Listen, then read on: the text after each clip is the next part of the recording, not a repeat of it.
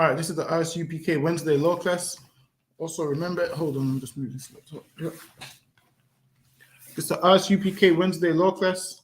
Also remember to check out Commanding General Johanna's radio show, which is Monday 2 a.m. There's another one also Saturday 2 a.m. So check out those. Also, we have classes here in the UK. We have these classes 5 times a week. We have 3 in Birmingham at 394 Lodge Road, B18 5PW. And we also have 2 online ones, which is Wednesday, which is Tuesday and Friday. So the ones in Birmingham is Monday, Wednesday, Thursday, 7 p.m. till 9, 394 Lodge Road, B18 5PW. So feel free to come on down to those. And we're going to go over a few things today, a bit about religion, how religion teaches you to honor God with your lips, but not your actions, and how you honor God with your actions, and how all religions is against God. Even though they speak a good game, they sound correct, it sounds beautiful, sounds lovely, but then when you look at their actions, it's the opposite to what they say. Their actions don't match what they say. So in here, you have to make sure your actions match what you say. You're better off just not saying anything if your actions ain't going to match. You see when people say actions speak louder than words, that's true. Sometimes you don't even need to say much. You just apply your actions and it will all speak for itself. So we're going to go to the book of 1 John chapter 3 and verse 18. Hold on, give me a second, let me get there.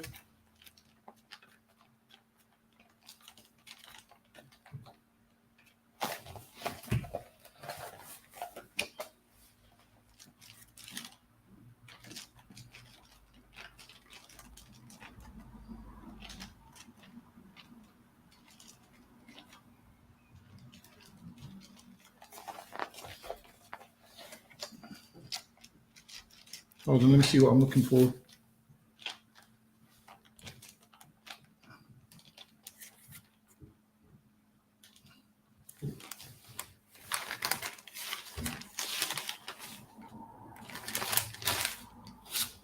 All right, in the book of 1 John, chapter 3 and verse 18, says, my little children, let us not love. Hold on, where am I? My little children, let us not love in word, neither in tongue, but in deed and in truth. So we must love one another and love the Lord, not in word and in tongue, but in deed and in truth, man. Meaning our actions mean more than just saying the words, man. Because all day, Christianity will say, I love God. I love God. I love Jesus. Hallelujah. Amen. And then their actions say other words, man. Their actions say the opposite to what they were saying. Their actions and their words is contrary one to another. Now, in one breath, they're saying they love the Lord, and in their actions, they're showing that they hate the Lord, man. They're saying they love the Lord in one breath, and then they're eating pork with the same mouth where they spoke them words that I love the Lord from, man. And then they're eating what he told them they can't eat, which shows they don't really love the Lord. They love themselves, and to them, it's a good game. And we taught not to be like that. So let's read that again.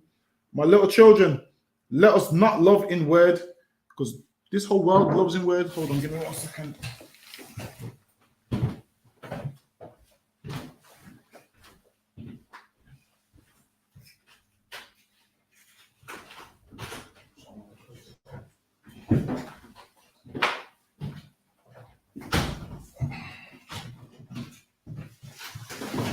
So this whole world is taught to love in word and not in actions.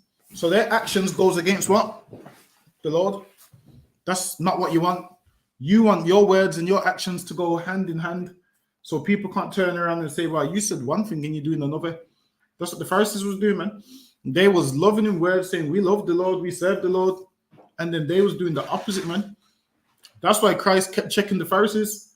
Why? Because they was telling people do things and they weren't doing it themselves.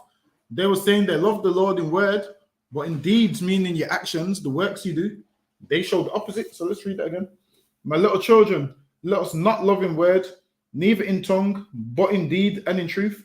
And listen, man, we must love our brothers in deed and in truth. Meaning, you can't say you love your brother, but then you're having sex with his wife. You can't say you love his brother, and then you're robbing him and trying to kill him. That means you don't love your brother. But all of this, when you say you love your brother, and you're doing all of these actions, that's just lip service, man. That's you just loving in word, and you don't really mean it. But in here, we taught how to love our brothers properly, man. And we was left examples. Christ was the perfect example of how he loved his brothers, that he laid down his life for them, man. He told them there's no love greater than this. And the words that he said, he actually did it, man. He actually honored those words that he said. Whereas today, people say a lot of words, but they don't honor them. People say they're going to do a lot of things. They don't honor those things that they say they're going to do. A lot of people say, you know what, I'll die for you. And then when the time comes, they run off and leave you, man. They run off and run for their life and leave you. Even though they talk a good game, yeah, I'm here for you, I'll die for you, I'll do this, I'll do that. They just love in word, and then when it's time for the deeds to be shown, they don't show no works.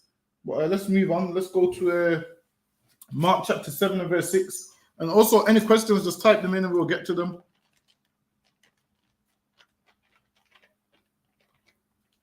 All right, we're in the book of Mark. Mark chapter 7 and verse 6. He answered and said unto them, Why have Isaiah prophesied of you hypocrites? As it is written, This people honoreth me with their lips, but their heart is far from me. And they honored him with their mouth. They spoke a good game. They had this good lip service. And people do that to each other today, man. You honor them with your lips. You tell them, look, man, I'll die for you. I'll do this for you. I'll do that for you. Yo, you're my dog. You're my brother. You're my this my nigga for life. You say all of that, man. And then you're trying to have sex with his wife. You love with your lips, but your actions show otherwise, man. And we've been taught to just say words, and our actions do the opposite. We taught to just say, yeah, I love you, my brother, this, that. And our actions show otherwise. So your actions have to match your words, man. Or let's read it again. Mark chapter 7 and verse 6. He answered and said unto them, Why have Isaiah prophesied of you hypocrites? As it is written, This people honoreth me with their lips. And tons of people honor with their lips. All religions honor God with their lips. Honor Christ with their lips. They speak a good game, man. That lip service, it sounds good. And some people fall for it. But then their actions show otherwise, man. You honor with your lips, but your actions show the opposite, man. Your actions show that you hate God, man. But in words, you love him. But in actions, you hate him, man. If you know it's wrong to eat pork and you're doing it, it's because you hate God, man. If you know it's wrong to do certain things and you do it, then you hate God, man. But if you don't know it's wrong, then obviously when you find that it's wrong, you stop doing it. The thing is this, Christians know everything that they're doing is wrong and they don't care, man. They know Jesus Christ is black, but they don't want to accept it, man. They'd rather live a lie, say, nah, he's white. They know we the children of Israel. They'd rather live a lie and say, no, with the Gentiles. They know these things, but they would rather lie. Why? Because they know if they acknowledge those things, they would have to change their life. They know if they acknowledge that Jesus Christ is a black man like them, comes from the same lineage as them, they know then maybe they need to change their life, man. If they acknowledge that we, the Israelites, then maybe they will understand why we ended up in this situation. They would have to acknowledge how we ended up in this situation. If in church all these black people acknowledged there was Israelites, then they would understand it's time for me to change my life. So because they want to be sinners and break all of God's laws, they'd rather run around saying the Gentiles, because they don't want to be held accountable for breaking God's laws, man. So they'd rather run around saying, no, we Gentiles, we're saved by grace, the law's done away with. Whereas they've misinterpreted the whole Bible, man. They've learned the Bible from a man that don't know the Bible. And when you learn the Bible from a man that don't know the Bible, obviously you're going to get the whole thing wrong, man. Let's read that again. Well, have Isaiah prophesied of you, hypocrites, as it is written, this people honoreth me with their lips, but their heart is far from me. Meaning, with your mouth, you love him, but your mind is far from him. He ain't on your mind. What he wants is not on your mind. The laws of God ain't on your mind, man. The truth ain't on your mind. But with your lips, you sound like the most righteous person on the face of the earth, based off what you say. But then with your actions show that you're one of the most unrighteous people on the face of the earth. Let's read on. Let's get so like I'll give me Psalms chapter 12 and verse 1. I think I'm waiting on I must be running late. Also, any questions, just type them in and we'll get to them.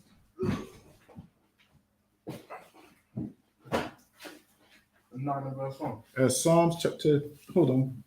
Yeah, give me Psalms chapter 12 and verse 1. Hold on, let me get there with you. This is Psalms chapter 12 and verse 1. Help, Lord, for the godly man ceaseth, for the faithful fell from among the children of men. Go ahead. They speak vanity, every one with his neighbor. And people just speak vanity, man. The things they speak, it's vain, it's worthless, it means nothing. Listen, man. Someone in the world telling you they love you, that's vanity, man. Someone in the world telling you they're down to die for you, that's vanity, man. They ain't gonna die for you, and they don't really love you like they say they do, man. Every man speaks vanity with his neighbor. They tell you all these kind words. Listen, man, you're my dog for life. Until you go to jail, guess what happens? They don't send you no money, man. You do know when you go to jail, all the people that you thought loved you forgot about you, right? This is where you see 50-year-olds, 60-year-olds in jail telling the kids, when I went to jail, none of my friends was there for me. Why? Because every man speaks vanity with his neighbor, man. They tell you what you only hear. They tell you all these nice words until hard times come. When hard times comes, your so-called friends run off and leave you, man. Whereas in the ISUPK, men in here don't leave you. There's prison programs, man. Brothers will be there on the other end of the phone. Brothers will be there to take care of your family, your children. They don't have to want for nothing. That's what a real friend is. These is men in here who don't speak vanity. Like what they speak comes to pass. What they speak, they deliver on what they've spoken. That's right. Whereas in the world, they tell you a ton of stuff, man. Listen, I'm going to take care of your kids. I'm going to take them to school. I'm going to do this. I'm going to take care of them. If you need anything, especially when one of your loved ones passes away, you always have those people. Anything you need, I'm going to be there. That word is vanity, man. That's someone speaking vanity with their neighbor. Because you know, after the funeral, you can't hear from that person, man. After the funeral, after everybody's ate and danced and gone home and the funeral's over and you're still in your feelings, everybody else is gone and nobody's there for you, man. That's right. Even though they told you, we'll be there no matter what. We'll be there because this person that passed away was like a brother to me, was like a sister to me, and I'll take care of you. And now, listen, man, all these words is words of vanity.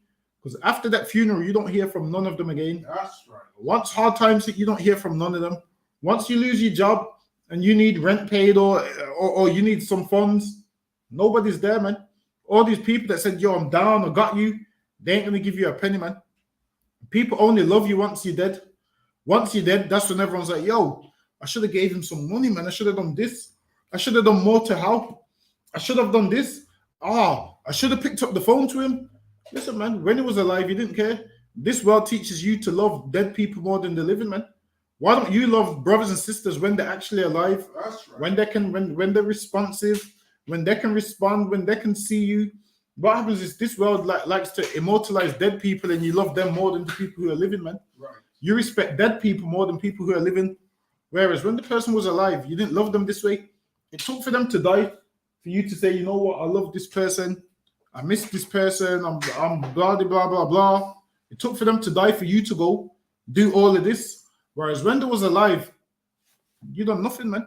Listen, in here, man, we help you while you're alive. We don't wait for you to be dead to help you.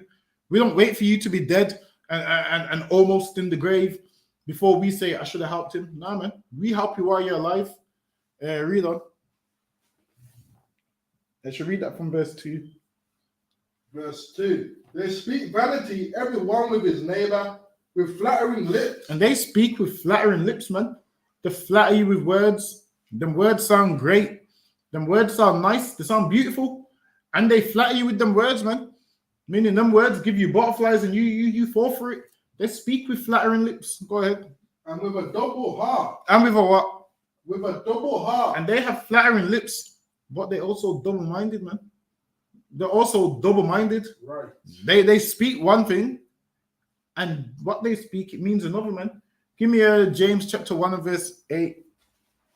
They speak one thing, but then they mean something else.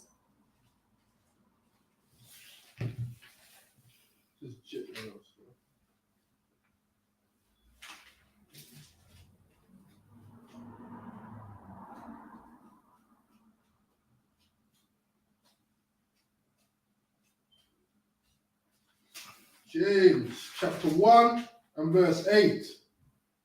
A double-minded man is unstable in all his ways. A what? A double-minded man is unstable in all his The ways. Bible says a double-minded man is unstable in all his ways.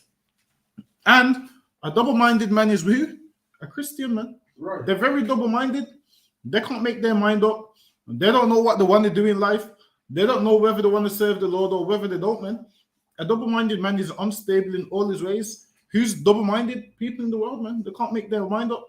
It didn't say unstable in some of his ways. It says unstable in all his ways. So they're going to tell you one thing and they're going to do another. Why? Because they're unstable. So we can't really be putting our trust in unstable people, man. Right. This is why once you come in here, you have to prove yourself first. You have to first when you come in, you might be unstable, but the more classes you attend, the more brothers you're around, you become a better person. You no longer are unstable. And then once you're not unstable, what happens? You become a trooper. You wait. You do your officer's test. You then become an officer. But this ain't a place where you can just come in today and think, okay, yeah, I'm coming to camp and I'm going to be on the mic. Nah, I don't work like that, man. I've seen some lunatic at camp one day saying, yeah, I'm going to come out here next week and I want to speak with you. Nah, man, you ain't doing that, man. You better go speak around the corner somewhere, man. You ain't speaking nothing with us. Men in here have been proven, man. You think we're just going to let any weirdo come off the street and think they can come on in here on the podium? It don't work that way, man. You're going to have to work your way up the ranks like everybody else did. What you have to do is first, put on all black, keep quiet, carry signs, load up the cars and unload them, carry the water, do all of those things, man. Do all of those things like everybody else did to do it, man. Carry some signs and camp equipment. Do all of that first, man. Do all of that. We ain't just gonna let any man come in and he jumps on the mic. No, it don't work that way. We don't know your rap sheet. We don't know what you're into. No way. You ain't gonna be people. You ain't gonna have people thinking you're one of us and we don't know you from nowhere. We don't know what you've done. Nah, man. You're gonna come in here and you're gonna sit down and you're gonna carry signs and you're gonna be seen and not heard, man. Until you earn your rank. Once you become an officer, you're free to comment on any Facebook post. You're free to battle and all of those things, man. But until then, you have to show your discipline, man, because you're shedding yourself off the world, man. Because when we all came in here, we was coming out of the world, so we had to clean ourselves up, and there's a process. So you're not going to come in one day and the next day you got this great rank. It don't work like that, man. But read that one more time. A double-minded man is unstable in all his ways. It says a double-minded man is unstable in all his ways, man. A double-minded man, a double-minded woman is unstable in all their ways. Like, don't be one of those people on Facebook all day. Oh, I love my husband. And then you phone in the police on him, man. I love my husband. And then you're putting him on child support and kicking him out. And one day you love him and one day you hate him.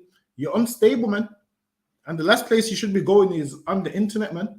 Right. Going on the internet, one day talking about how much you love him, then the next day how much you hate him.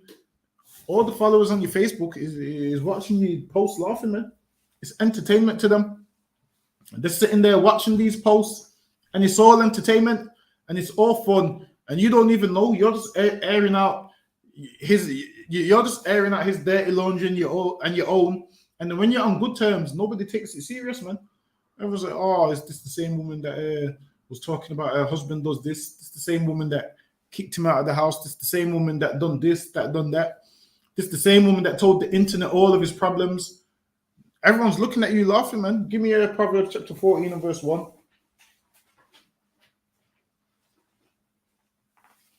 Like, there's ways to deal with certain home issues, man. If your husband with an issue with your wife, you don't need to go pull it all on Facebook, man. Right. You don't need to go indirect her all on the internet. Like, for a man to indirect a woman on the internet, that's gay, that is, man. This is what you do. You just check the woman, man. You just phone her and check her, man. That's it. Ain't hard.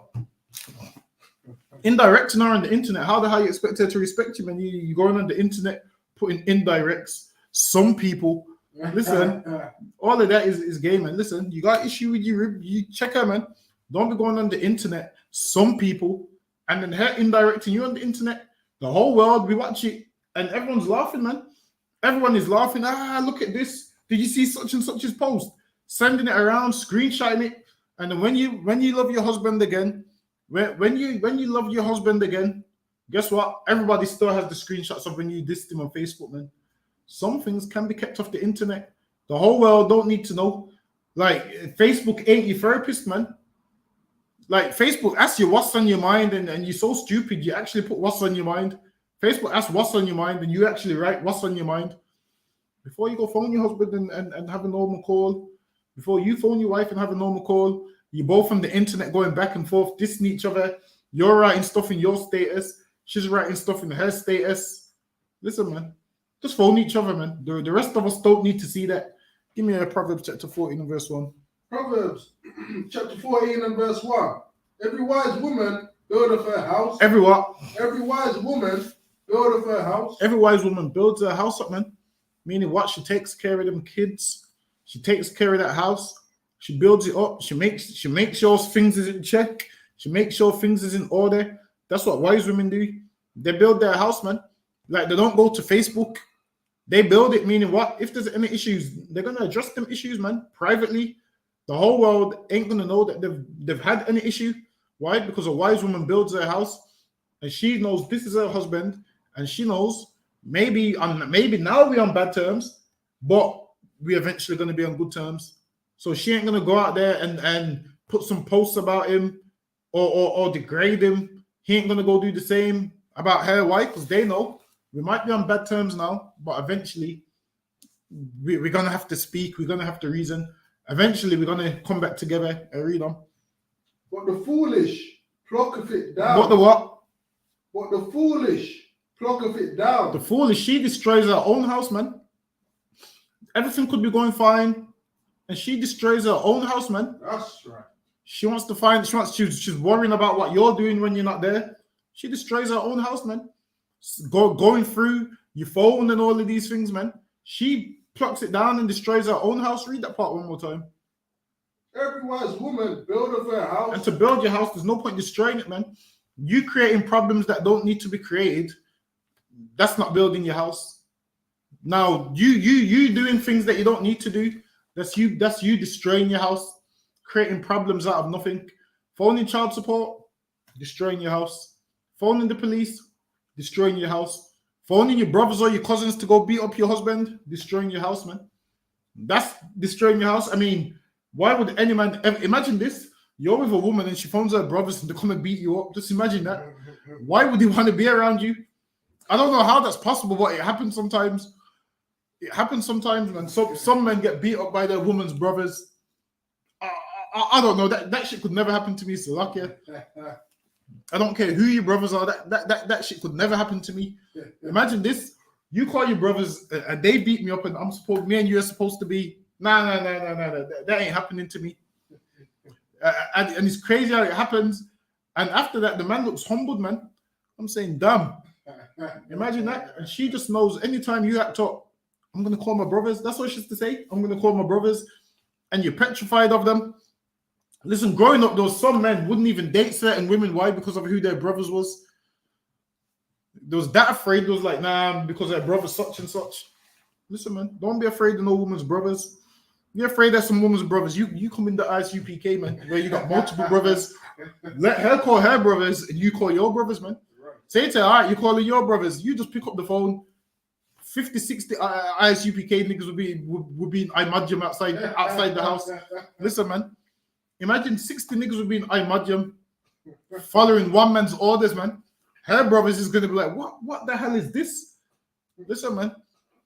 If you scared of your woman's brothers, you come to the ISUPK, man. Right. When she says she's gonna call her brothers, you just pick up the phone and say, well, I'm calling my brothers. Listen, man. Have a ton of brothers there, man. In Hebrew Academy jackets, man. That's right. A ton of brothers in Hebrew Academy jackets. Let her call her brothers who's probably smoking drugs all day, weed, getting high. Listen, man, you call your brothers who's got perfect lungs, man. Right. Who's got good lungs. Yeah, listen, man. I say you get in the ISUPK, you don't have to worry about those issues if you're up in here, man. That's right. Go ahead. But the foolish plucketh it down. And when you go to Facebook, 1 minute you're talking about how much you love your husband, the next minute how much you hate his guts. You start posting how much money he makes and how he doesn't want to work and how my husband's a bum and I pay all the bills and blah blah blah blah blah. That's you fucking your house down, man. Why is he gonna want to be around you after that? You've dissed him in front of people he don't even know. People he don't know. People that don't know him, they just know him based on the pictures that you post. And now you're all over Facebook dissing him. Listen, man, it's embarrassing. Keep your dirty laundry off Facebook, man. Right. Every time I'm scrolling down my Facebook, I have to read a post. This man is this man is that. Listen, man, just phone him. I mean, everyone gets free calls nowadays. You just phone him, man, instead of writing on Facebook for the whole world to see. Because when you are on good terms, it just looks stupid. You're on good terms again, and the whole world, they don't let go of all the evil stuff you said about him. Like, the thing is this, you could do a million things good, and you do one thing bad. Everyone remembers you for the bad thing you done, man. Right. So you have to be careful of what energy you put out, man, of what you post on the internet and all of those kind of things. But drop that. Give me Proverbs chapter 20 and verse 6.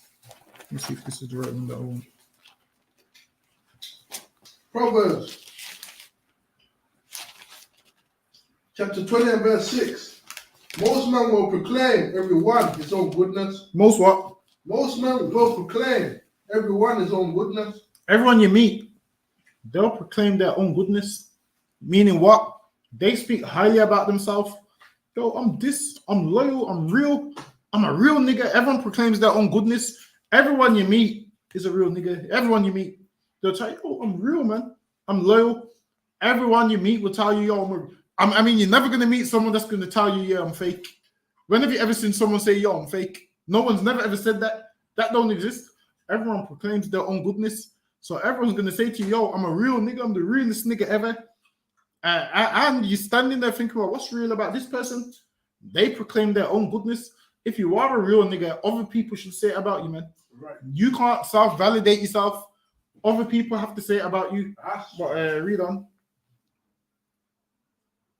What a faithful man, who can find? Everyone proclaims their own goodness, but a faithful man who can find? It's rare to see faithful men, man. It's rare to find a faithful man, a man who's loyal, a man who's trustworthy, a man who you can leave around your wife and children and feel safe. A man like that is rare to find, man. Well, guess what? There's a spot where you can find all of them, and that's in the ISUPK, man. You're on the road searching, and you can't find them.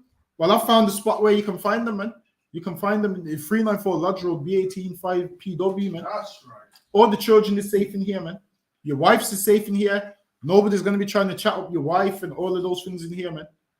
No one's going to be looking at your children all in here, man. None of them things happen, man. We have protocols in place. We have guards and everything, man. All your children is my children and my children is your children, man. We have family in here. This ain't like church where they got all these child molesters running around rampant, man. Nah, man, this ain't church in here. Now, in church, tons of children get molested in church by the pastor, man. And then when they're older, they'll tell you all these stories. Yeah, the pastor done this to me. The pastor forced me to have sex with him. The pastor said, I must do this to get a blessing from God. Listen, man, church is a disgusting place. It's a disgusting place where they destroy children, man. Church destroys children. So these children grow up and do what? Become sexual deviants, man. They've been sexualized at a young age that when they grow up, everything they do is sexual, man. Like a young girl that's been molested or raped or whatever, she grows up and just has sex with everyone. Why? Because she's been sexualized young and she don't know what she's supposed to do with herself. So she just sees it as, you know what? Well, I was sexually assaulted when I was young. Men don't respect me. I'm just going to give them this. Let me just give this to them. Yeah, this is all men want. Let me just give them this. And they just have sex with everyone, man. Because they're hurt and they don't know how to deal with it, man. And the Christian church is to blame for a lot of these things, man. That's right. Most of these people that rape grew up in church. Most of these people that was raped was in church. So the church is the biggest whorehouse on the face of the planet, man. That's right. It's the biggest home of sinners on the face of the planet. Church is a place where all vile, disgusting acts take place. And all the pastor says is pray. All the pastor says, yeah, is pray and do this and pray and prosperity. Listen, man, when his job should be to be stopping these children from being sexually assaulted, man. They should take account of who is in their building, man. In here, we take account of who is in the building. We take account of who's in the building, man. And we're watching everything. We're watching, you don't even know, we're watching everything in here, man. So nothing weird like that could go on in here because we're watching everything, man. You ain't even aware. We're watching everything, man. What verse you at? Read that verse one more time. Proverbs chapter 20 and verse 6. Most men will proclaim everyone his own goodness. And everyone tells you they're a real nigger. Everyone tells you they're loyal. Everyone tells you all of these things. But trying to find a faithful man whose actions match the goodness that he speaks, it's rare. Trying to find a man whose actions actually match what he says, that's rare to find, man. On this earth, you won't find it except in this building. Go ahead. But a faithful man who can find? But a faithful man who can find? I mean, church has Christianity is the world's most led religion, man. So much people in there, and there's nobody faithful in there, man. There's nobody faithful in that Christian church. Because why? They will throw you under the bus to get one over, man. They will throw you under the bus. And that's what religion does. Religion is very selfish. They don't care about nobody else. This is why the pastor can have a mansion with about 10 cars, and you can be poor. And he don't ever say, you know what? Here's some money, man. He don't ever say, you know what? Yo, you I've been doing this. Go take this and do some shopping. They got no food. Imagine this, the Christian church got no food drives or nothing, man. No food drives or nothing. Whereas in here, we have a food drive, man. Right. You don't have to starve and go hungry. I don't understand, like, people in the world make out like really the suffering. Your suffering's not that bad if you ain't been to 394 Lodge Road, man. You claim you're suffering, it's because you want to suffer. You don't have to suffer. I mean, we're telling you here is home. There's food drives. You can get taken care of. You can get looked after. You can be protected. And you don't want to come here, but you want to be outside there moaning, I'm starving and I haven't eaten and I'm this and I'm that. You at this stage, you want to be starving. At this stage, you don't want to be taken care of. If we're telling you we have a food drive and you don't want to come and get the food, that means you want to be starving. It makes no sense. Every day I see people crying, oh, I got no food. Someone inboxed me like, oh, I got no food. Can you send me some money? Listen. I said, food, no problem. 394 Lodge Road, B18 5PW, man. They didn't want to come and get the food. Listen, some people like to struggle, man, just so they can cry about how hard life is and how horrible everyone is to them, and nobody helps them. And when you give them the directions for the help, they don't want it, man. At this stage, I'm convinced people want to starve. If we're telling you there's a food drive, 394 Lodge Road, and you don't want to come and get the food, or you don't want the food, there's no point you still complaining about how hungry you are and you're starving, because at this stage, you just want to starve, man. There's some people that don't even give them the time of day, man.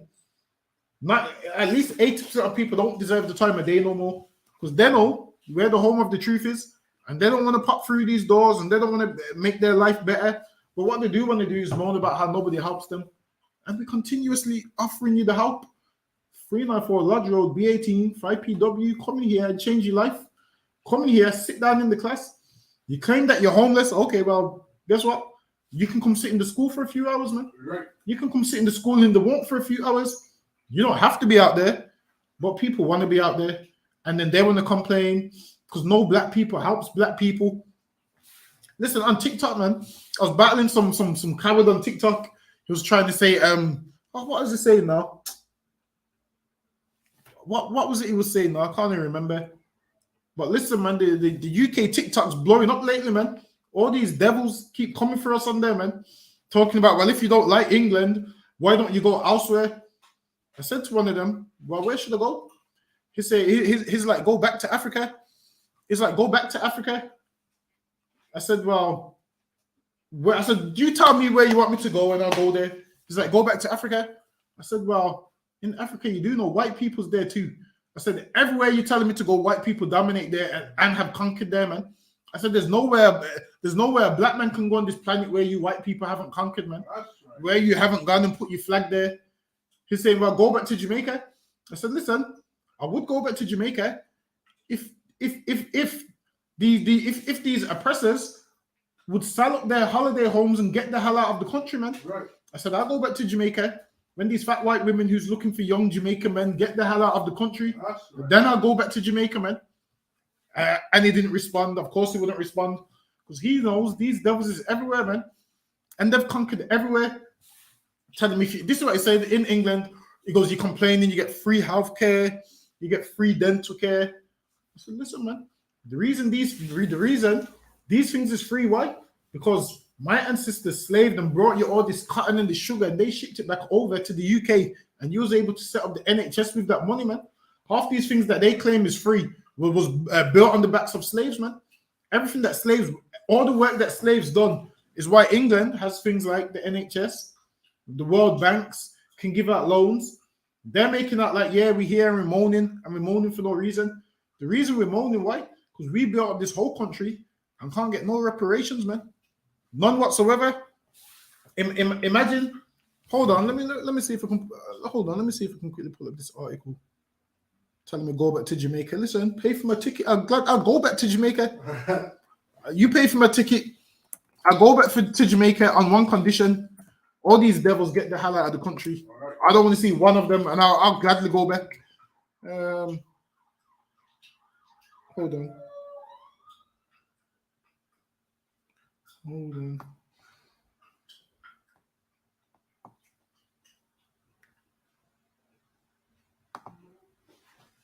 This is why it stemmed over this article here. Hold on. Let me see if I can share the screen.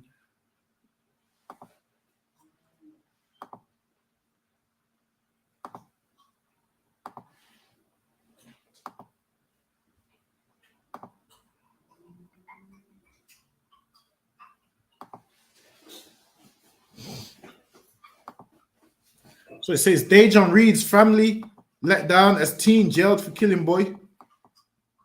So this is the brother here, who's about 14. Do you see the picture of him when he's running, when the white boy's chasing with the knife and he's running? Nice. There's a picture. Let me see if I can find it.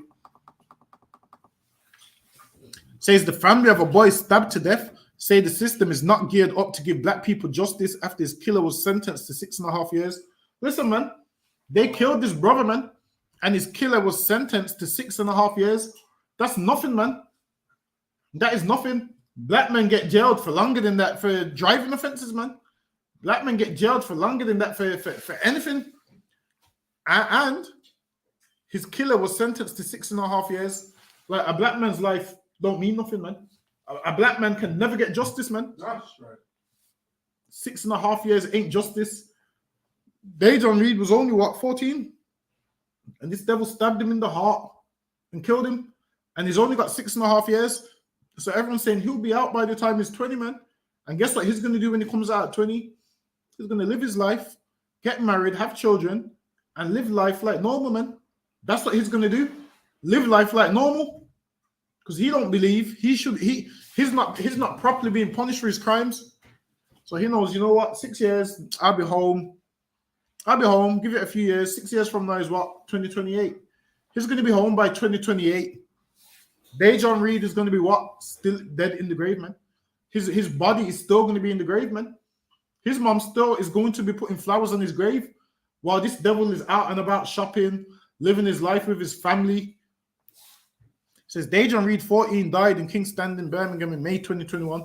The trial heard he was hunted down by a group of white youths and adults who shouted racial slurs. Listen, man, this 14-year-old was chased down by a group of white youths and adults who shouted racial slurs, meaning they called him nigger, black, this and that. This was a racist attack, man. This was a lynching, and he only got 6 years for it. Says a 15-year-old was cleared of murder at a trial last month, but convicted of manslaughter. So hold on. Chasing someone with a knife, which makes it premeditated because you armed yourself, and sticking it into their chest, into their heart, is manslaughter. You meant to kill him, man. When you stab someone in the chest, you mean to kill them. Right. Now, if you don't mean to kill someone, you would stab them in the hand, in the leg. But I forgot, this justice system only works for white people, man. That's right. It doesn't work for black people.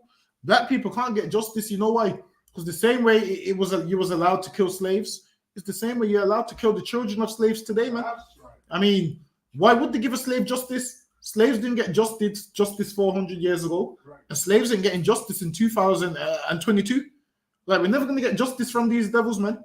Justice comes from the Lord. Says the trial heard he was hunted down by a group of white youths and adults who shouted racial slurs. A 15-year-old was cleared of murder at a trial last month, but convicted of manslaughter. 4 others were cleared of murder. The boy, who cannot be named due to his age, is expected to spend less than 3 years in custody. Listen, man. He ain't even doing the full 6. He's going to spend less than 3 years in custody.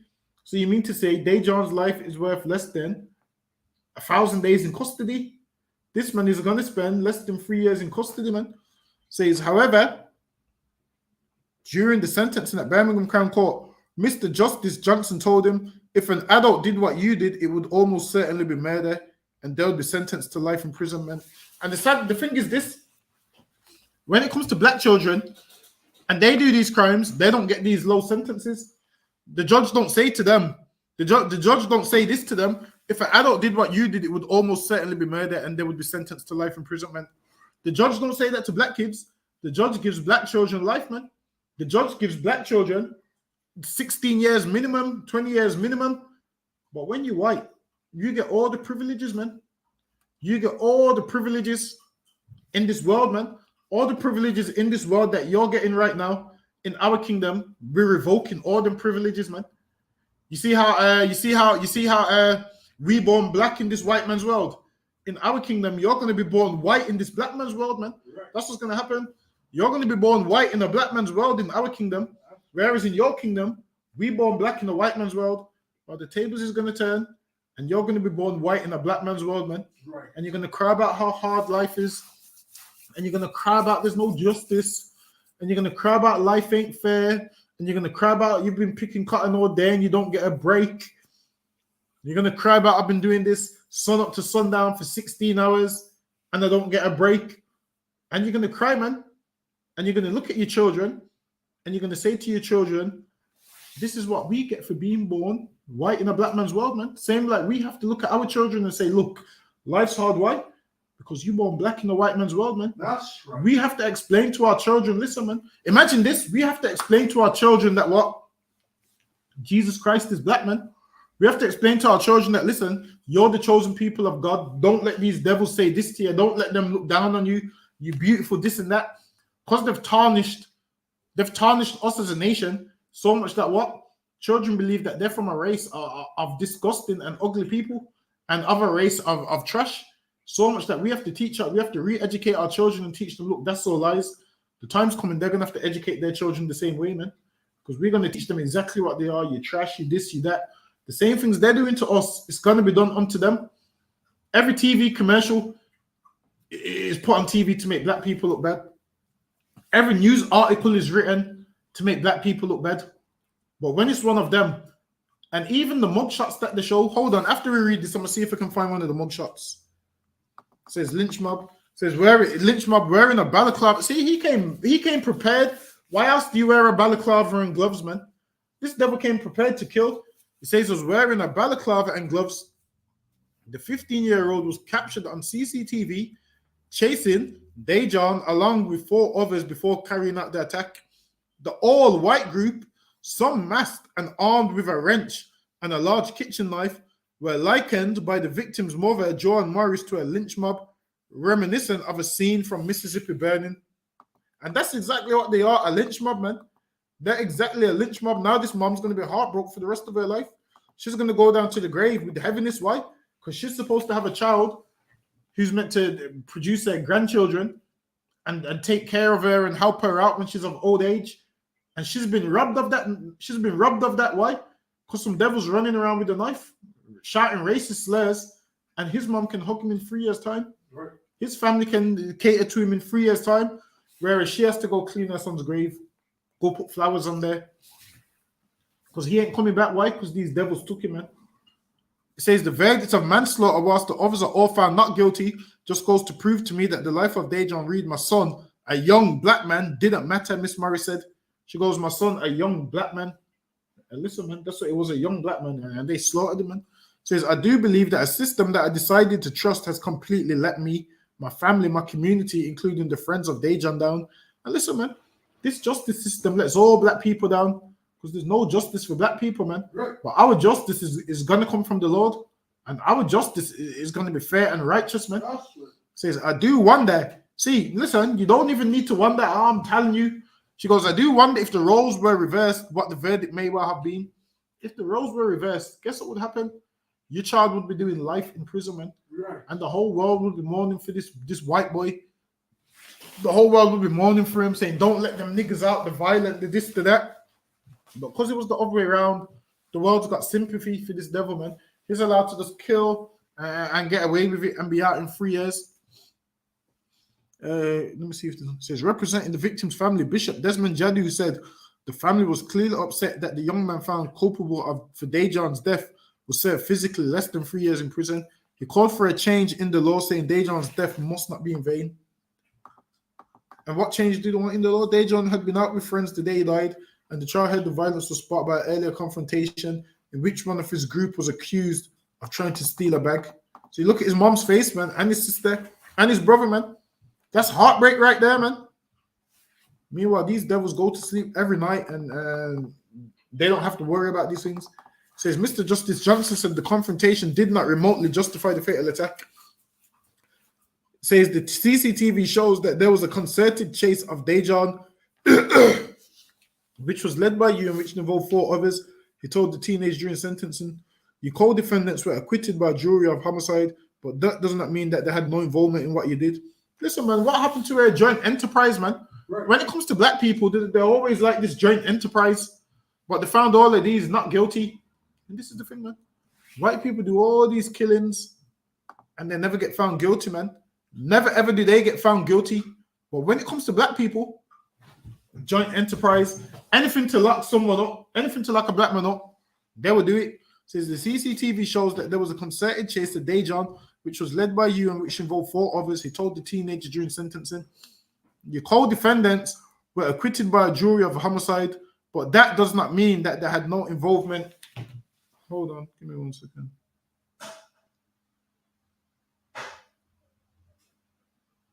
Yeah, so it says, hold on.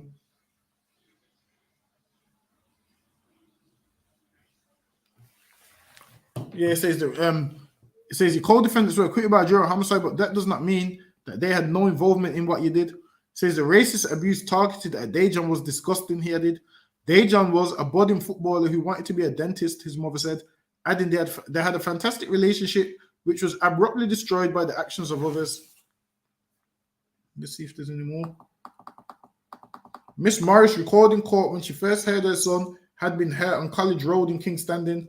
After seeing my son bouncing around with life and he went out to play football and never returned, she said, suddenly my youngest baby at the tender age of 14 had gone, and all I was being told is that I cannot even see him.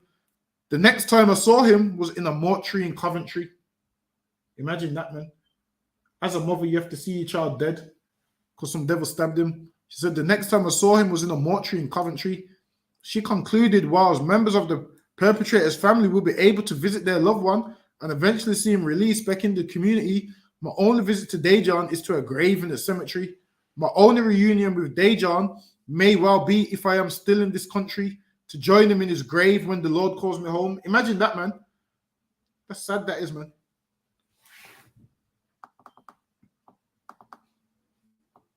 Let me see if I can. Let me see if I can find the. Let me see if I can find the picture. Hold on.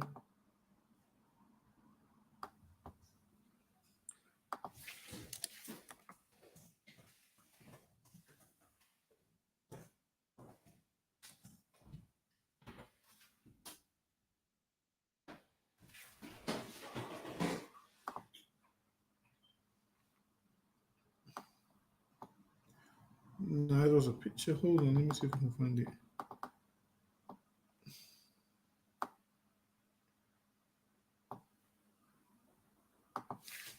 Hold on.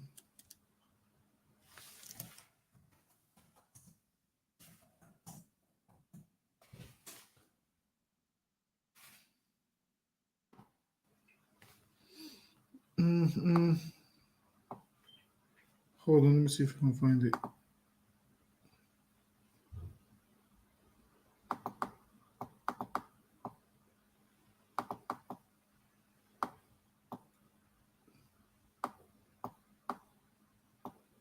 No, I can't seem to find it, but there was one. Give me that one. Is it Zechariah 11:5?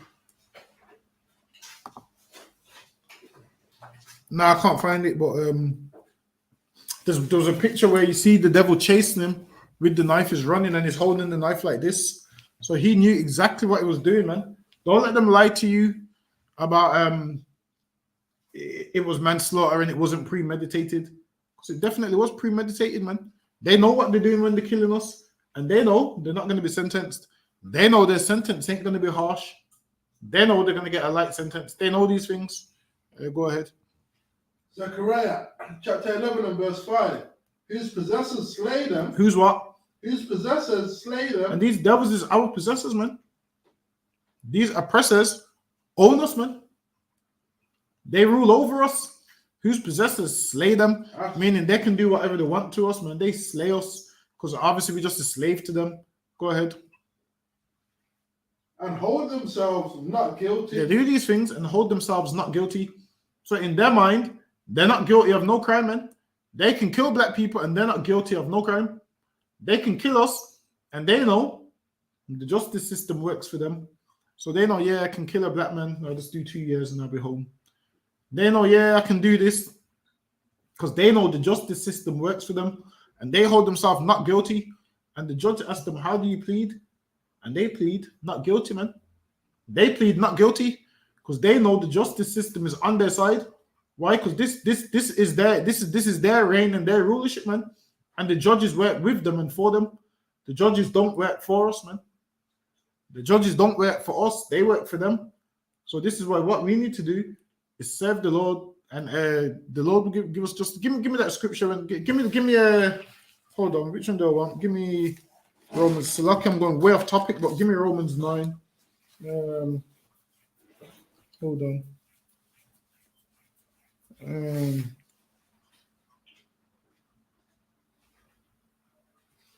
Give me Romans chapter 9 and verse 11.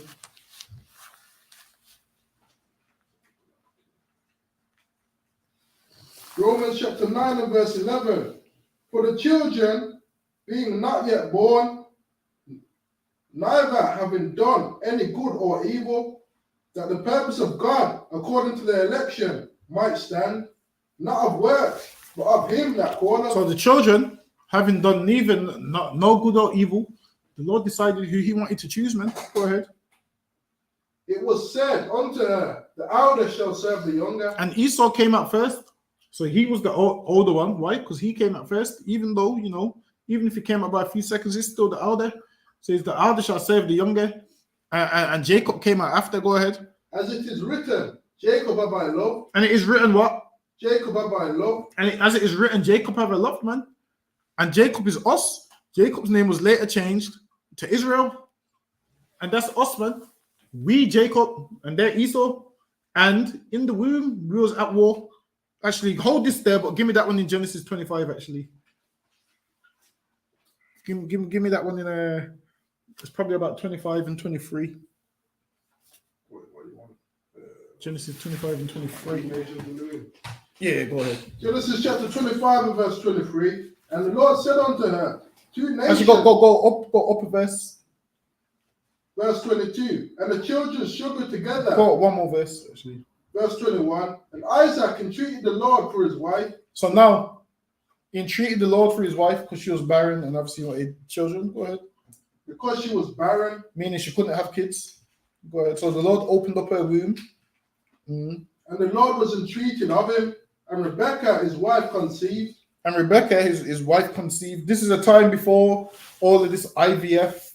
This is a time before all of these things. This is the time before if a man had a low sperm count, they would go do this and go do that and transfer it into the egg some scientific way. This is a time before all of that. Back then, if you was barren and you couldn't have kids, man. Unless the Lord opened your womb. You didn't have all this IVF surgery and whatever else they got going on. Go ahead. And the children struggled together. And the children did what? Struggled together. This is how you know this is us and them, man. It says the children struggled together. So these two children here was fighting in the womb, man. They struggled together. They was fighting from in the womb. Now hold that, but go back even further. Give me the one in Genesis 4 and verse 16. We're going to show you we've always been at war with these people, man.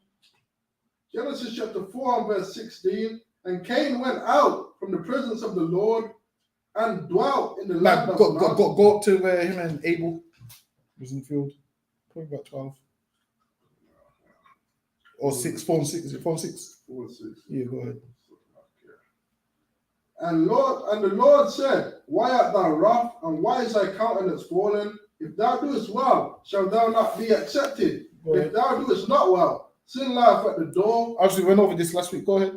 And unto thee shall be his desire, and thou shalt rule over him. Go ahead. And Cain talked with Abel his brother, and it came to pass, when they were in the field, that Cain rose up against Abel his brother, and slew him. And listen, man, these devils have been rising up against us from the 4th chapter in Genesis, man. Do you know how early in the records that is? You know how early in the records that is, the 4th chapter, man. Damn. Let us at least finish reading creation, man. Before we can even get to finish reading creation, Cain's already killing, man. Before we can enjoy the creation, man, before we can enjoy the dew from heaven and all of them things, man, Cain's already killing. Imagine this. This man just couldn't wait. He had a lust for killing, man. The Lord said, listen, man, do good or sin shall light you though. And this man didn't do good. And he started breaking one law, breaking two, breaking three, breaking all of them, man. And he rose up against his brother and he killed him, man. And we've been having this issue with this devil from the beginning of time. That's right. That he's always been killing us in slavery, been killing us before slavery, killing us from listen, man, from the Stone Ages, this man's been killing us. And he always holds himself not guilty. Right. And they always attack us, always harm us, always kill us, man. And this is why we need to stay far away from them. That's right. It's hard for them to kill us if we stay far away from them. But it's easy for them to kill you if you're friends with them. If you're friends with them and you go for boat rides with them, then it's easy for them to kill you, man. Right. Because you stand up on the boat and they just push you over the edge, man. And say, oh, he fell. You go to the woods with them. Obviously, they just stab you in the woods. Oh, what we was doing, we was hunting animals and they accidentally hit him with the crossbow. Listen, man, you stay away from them, man. It's harder for them to kill you from far away. But when you go around them and want to go on boat trips with them and want to go to the woods with them, what do you think is going to happen, man? Imagine there's 9 white people in the woods and 1 black man. Listen, man, they're all going to kill you, man. That's right. They're all going to turn on you. If a wild beast is in that woods, man, they're going to throw you to it, man. They're going to throw you to it first and run and save themselves. Listen, man, stop being around them. Don't put yourself in harm's way. Go ahead.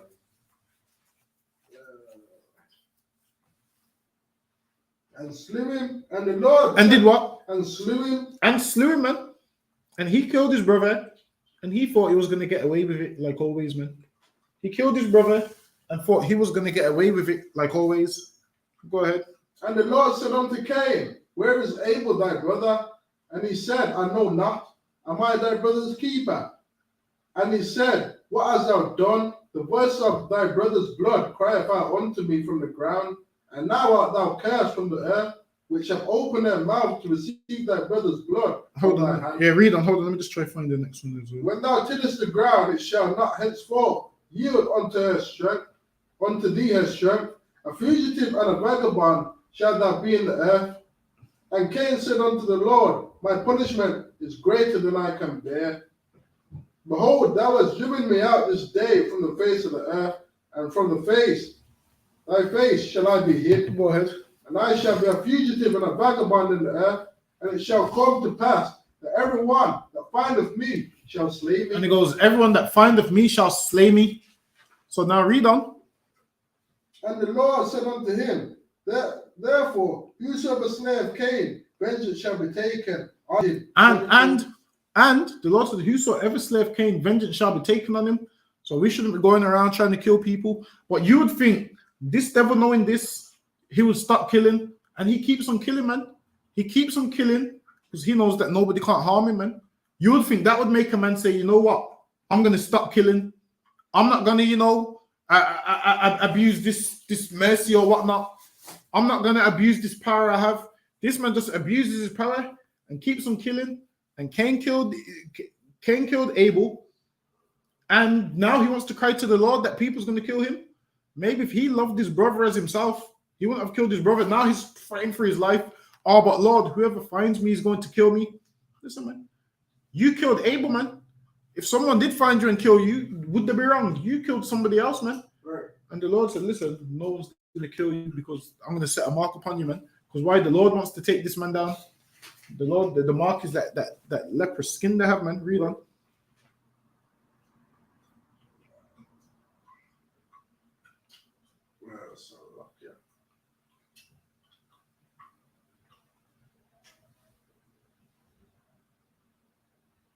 Vengeance shall be taken on him sevenfold. It says, now, any man that harms a white man or anyone that kills, vengeance shall be taken on him sevenfold. Why? Because the Lord don't want us to go harm no one. The Lord wants to bring this man down himself. He wants to take this man down himself. Drop that one. Give me Genesis chapter 4 and verse 23. Genesis chapter 4 and verse 23. This is a son of Cain that done the same thing. Go ahead. And all the days of Enoch were 300. Nah, that's the wrong one. 4 and verse 22. Mm-hmm. Yes. And Lamech said unto his wives, Ada and Zillah, hear my voice, ye wives of Lamech, hearken unto my speech, for I have slain a man. Now this is Lamech saying he's killed a man. Go ahead. So he's afraid because he's killed a man. So he's killed a man, and he's thinking, everybody's going to kill me because I've killed someone back then. Back then, murder was looked at as like disgusting. Nowadays, it happens every day, so people just think it's normal when really it's disgusting. Go ahead.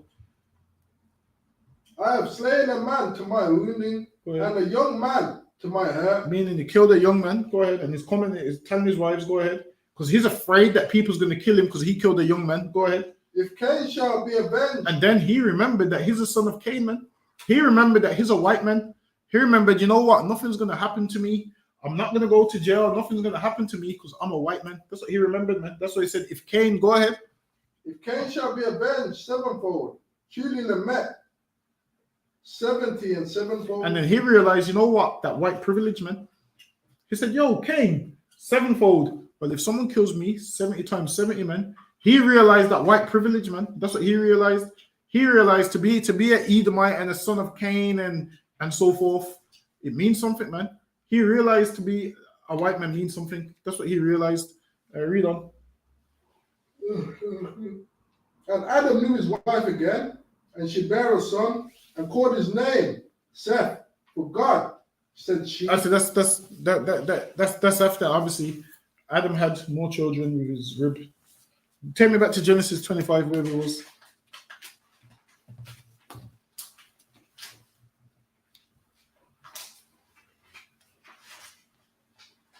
Genesis 25 and verse 23. And the Lord said unto her, 2 nations are within thy womb. The Lord said what? 2 nations are within thy womb. The Lord said 2 nations are within your womb, man. Meaning these 2 people ain't closely related, man. They're 2 different nations. Go ahead. And 2 manner of people shall be separated from thy bowels. And 2 manner of people shall be separated from thy bowels. Go ahead. And the one people shall be stronger than the other people. And one people shall be stronger than the other people. And the stronger people happens to be us. Go ahead. And the elder shall serve the younger. And the elder shall serve the younger. Go ahead. And when her days to be delivered were fulfilled, behold, there were twins in her womb. And now there were twins in her womb, meaning 2 babies. This is a time before a scan. So the Lord told her, there's 2 nations in your womb. He told her there's 2 nations in your womb. Nowadays, you'll find out about twins what? From the scan. So you go to your scan, and then you will see, oh, there's 2 babies in there. They'll tell you, wants to put that cold gel on your belly, that freezing cold gel on your belly. Every woman shivers when they put it on their belly. You've been to one of them scans before, and it cutters off. Where women are in there, they put that cold jelly. What is it? Petroleum jelly they use. put that cold gel on their belly and rub it with and then they put the thing on there.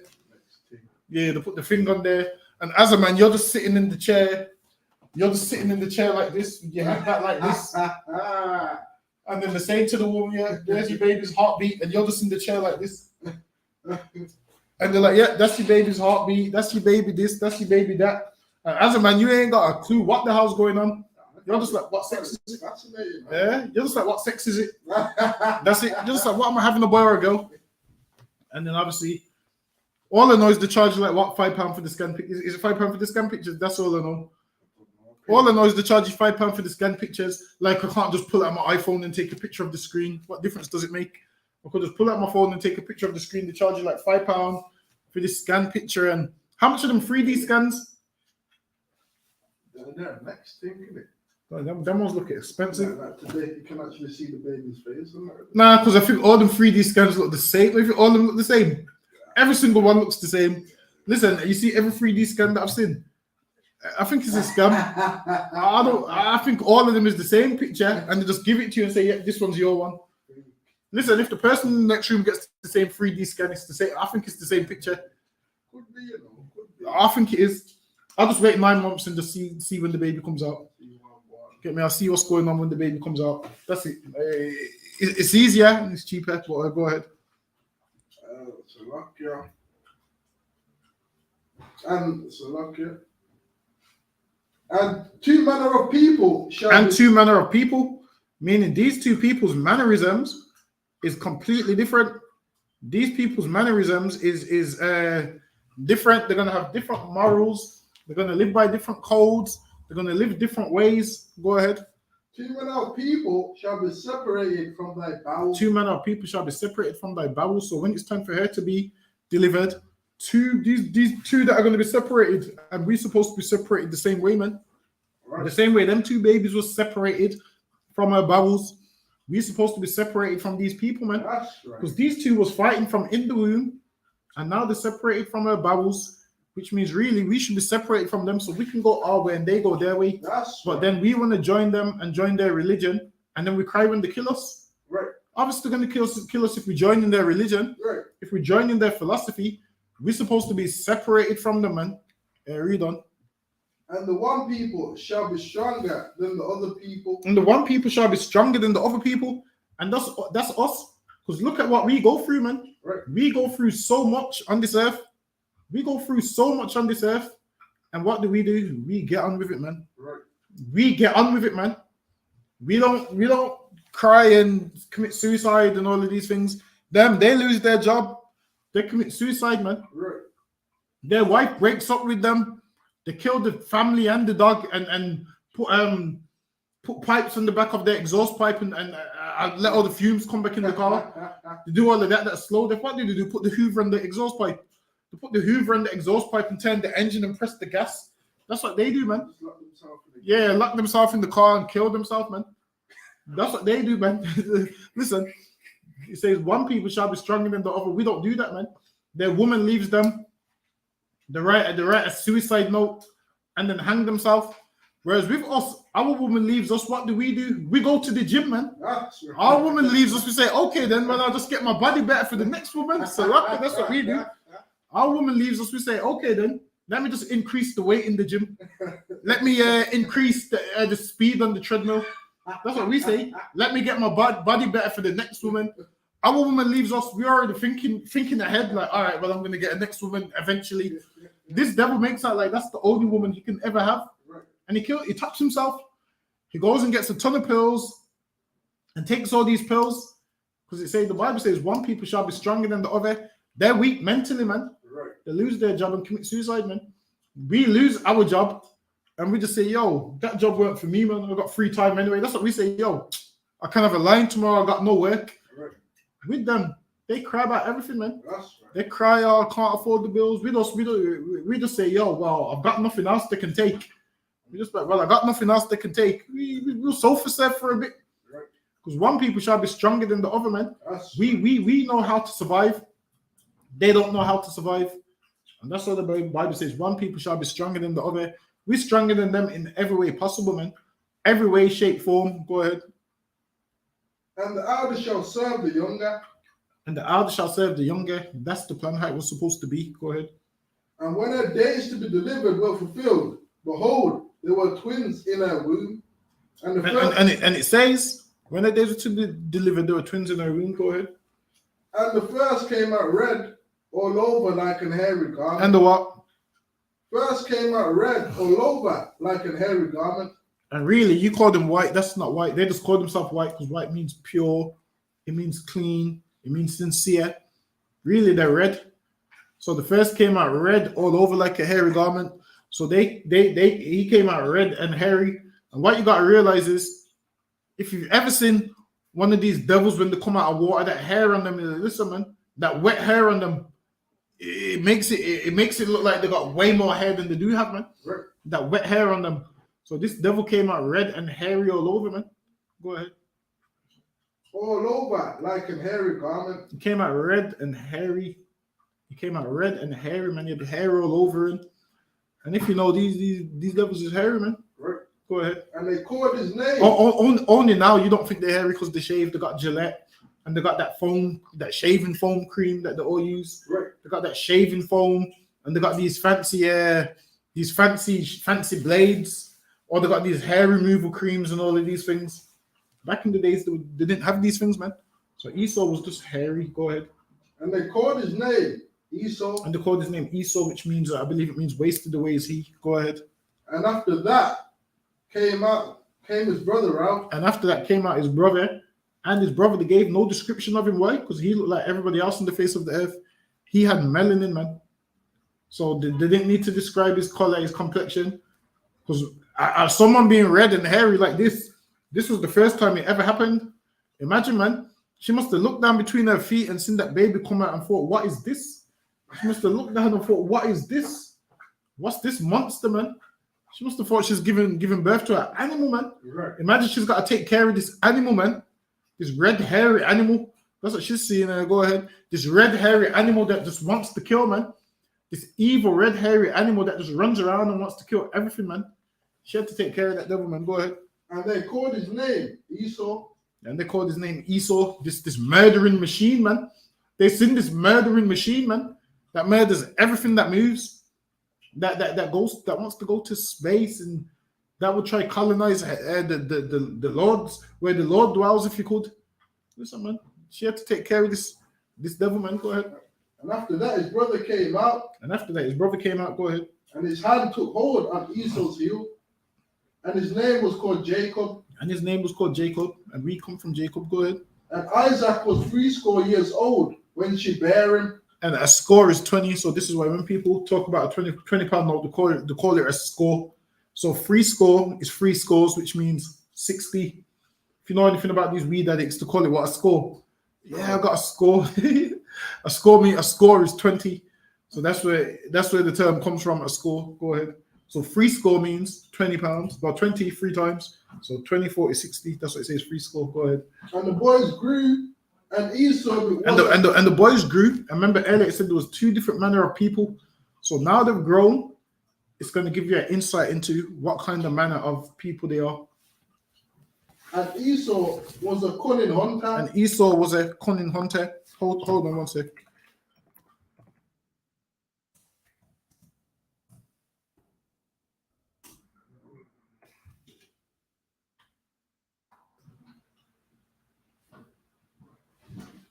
So it says Esau was a cunning hunter. So this is the things that Esau likes to do. Hold on.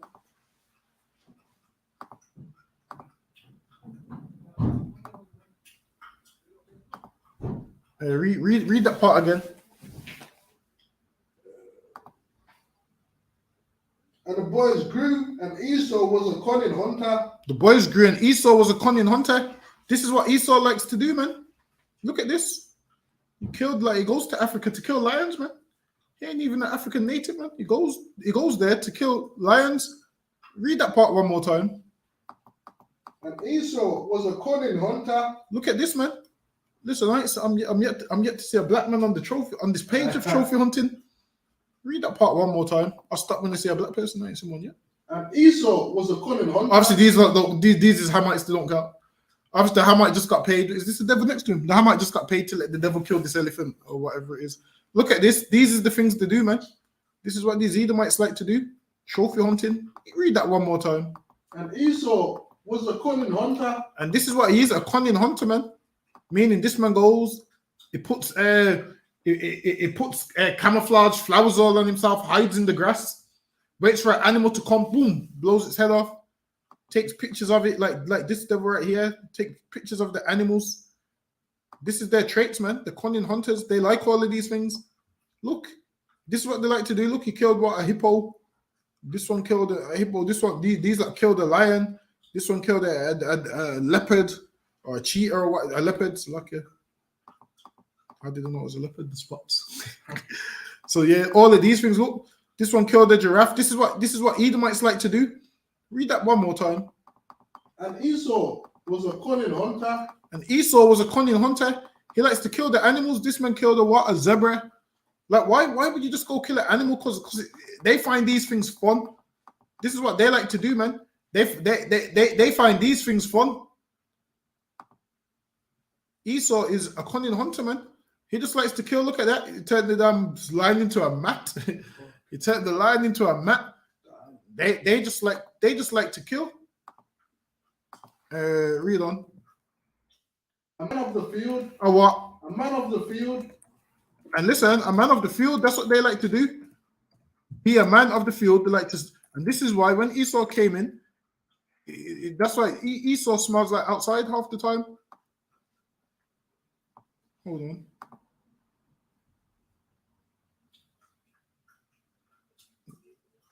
Let me show you what niggas like to do. Hold on. Let me see if we can get the picture. Give me 1 second. No, I'm not there. No, just yeah. Go ahead. And Jacob was a plain man. And Jacob was a what? A plain man. And Jacob was a plain man. Meanwhile, Esau's out. We showed you what Esau likes to do. That's what you can find Jacob doing, man. Hold on, let me find it. This is what Jacob likes to do, man. Here, you can sit at home on the PS5, man. He was a plain man. He ain't killing nobody. This is Jacob, man. Look, happy with his PS5, man. Happy with his purchase. Get me. He waited up all night trying to get through that queue. I know the struggle. He waited up all night trying to be one of the first people to get it on the launch, man, before it sold out. This is what Jacob likes to do, man. A plain man, just chill out, plays PlayStation. That's what we like to do, man. Yeah, exactly. Likes to stay in the yard, man. Read it one more time. And Jacob was a plain man. Dwelling in tents. Jacob dwells in them tents with that PlayStation, man. They like to chill out on the PlayStation and put their feet up. When we ain't at work, where do you find us? At home listening to music or whatever, man. You find us at home listening to music, lying down, relaxing. Esau on his days off, what does he do? He goes on all these hunting trips, man. He goes on all these hunting trips, which is crazy to me, man. Imagine you rest day off from work. That's what you want to be doing, running around, hunting animals. This is what it's talking about when it says 2 manner of people shall be separated from thy bowels, man. That's the difference between us and them. They like to kill, and we just like to chill out, man. Right. And this is why we can't be together, man. Because on their mind is to kill, and you want to chill. So you, in your mind, you're thinking, yeah. If you've got friends who are devils, you're thinking, yeah, I can go and chill with them. Because that's you. That's your nature to chill. Their nature is to murder something, man. So you go with them, and they end up murdering you, man. Because it's their nature to kill something. Esau don't just hunt animals, man. He also hunts blacks and Hispanics, man. Right. That's John Reed, man. They hunted him, a lynch mob shouting racial slurs. Even his mom said it was a lynch mob. They hunted him, man. Which lets you know Esau don't just hunt animals, man. He hunts us too, man. That's right. He hunts us too. This man will travel the whole earth looking at who he can colonize, who he can conquer, who he can kill. This man travels this whole earth searching for blood, man. Right. And he believes he ain't shedded enough blood. He won't stop until everyone's blood shed, man. That's right. You would think at one stage this man would say, okay, I've killed enough. Let me stop now. I've killed enough. Let me stop now. I mean, I've shed so much blood. It's time for me to relax now. This man never relaxes, and he doesn't stop killing, man. He just keeps on killing. And it's not going to stop, man. They're going to keep on killing until the Lord comes and deals with them. Right. Us not thinking we can change them by loving them. It doesn't work, man. You're loving someone that doesn't want to be loved. You're loving someone that loves to kill. His love for killing outweighs anything else. You trying to teach him another way, it's not going to work. These people can't be taught, man. You're saying, oh yeah, the Bible's for everyone. It's not, man. This man can't be taught. He just wants to kill, man. I read on. And Isaac loved Esau. And Isaac loved Esau. And this is why all these Edomites is like daddy's boys. The daddy's boys, most of them. Isaac loved Esau, and they loved him. Why? Because Esau was a man of the field that would bring him the meat, man. Right. Esau would go kill and bring him the meat. So he loved him. Because why? Chances are you love the child most that is more like you and does the most for you. So yeah, Isaac loved Esau. Isaac had to lose his eyesight just so Jacob could get the blessing, man. Because if Isaac could see, he wouldn't have gave Jacob that blessing. Right. Go ahead. Because he did eat of his venison. And that's why. Go ahead. But Rebecca loved Jacob. But what? But Rebecca loved Jacob. And this is us, man. You can't tell a black man anything about his mother, man. Right. A black man loves his. Listen, man. If a mother and father's arguing in the house, a black man will go beat his father up for his mom, man. Say, don't talk to my mom like that. Listen, when do you ever say to your mom, don't talk to my dad like? I've never heard that. I've never heard a black person say, don't talk to my dad like that. But I hear it all the time. Don't talk to my mom like that. Listen, man. The traits is there, man. Go ahead. And Jacob sowed pottage, and Esau came from the field, and he was faint. And he came from the field and he was faint, meaning he's feeling weak, like he's going to pass out. Surely you've all had that feeling, you know, that feeling when your sugar levels are low and you feel like you're going to pass out. Esau was feeling like that. He's feeling faint. Surely you've had it. Listen, especially if you've ever tried to go on a diet, you start to feel shivery and faint, like you're going to pass out.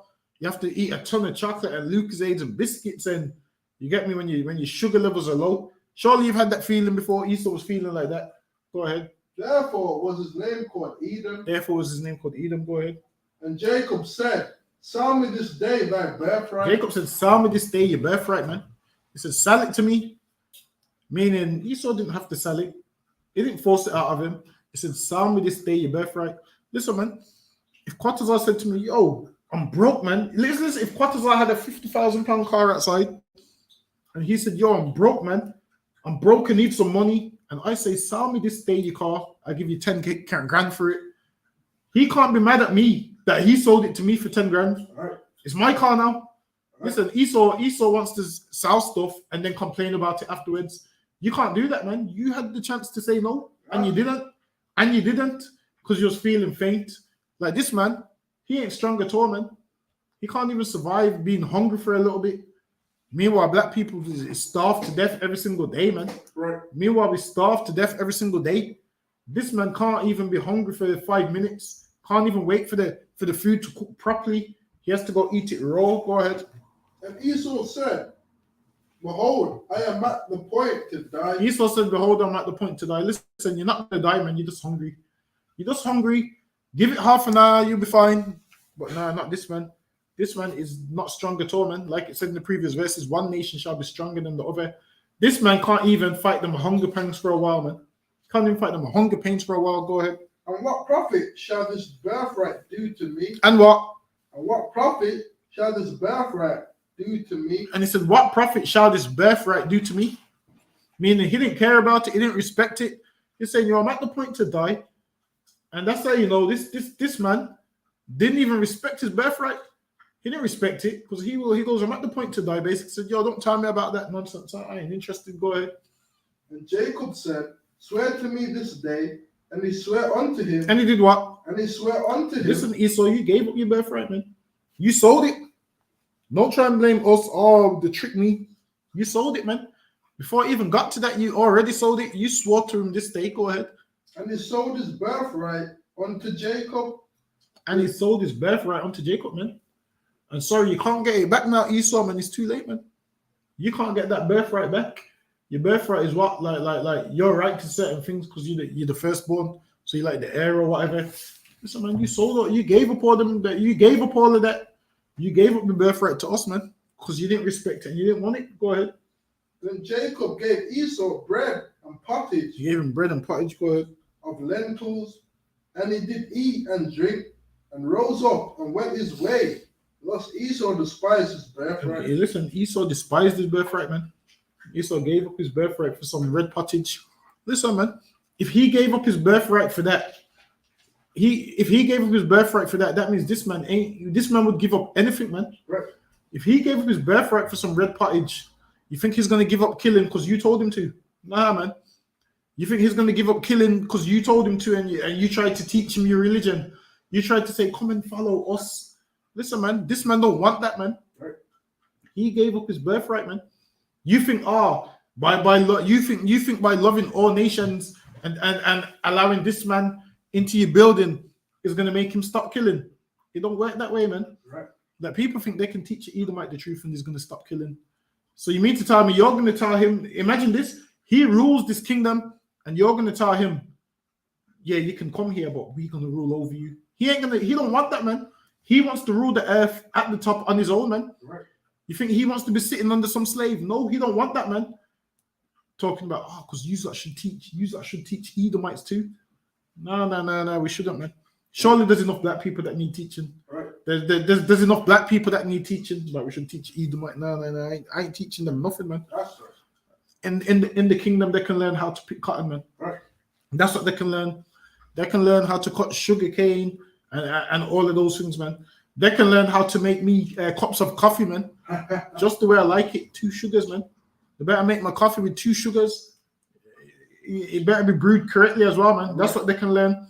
I ain't sitting down teaching no scriptures to no devils, man. That's right. They can learn how to pick cotton. They can learn how to build house. There's things I'll teach them. They can learn how to build houses. Right. That's what they can learn. They can learn how to cut the grass. They can learn how to pull the stingers out with their bare hands, them stinging nettles. They can learn those things, man. Right. They're gonna ask for gloves. No, I'm gonna say, no, just do it with your hands.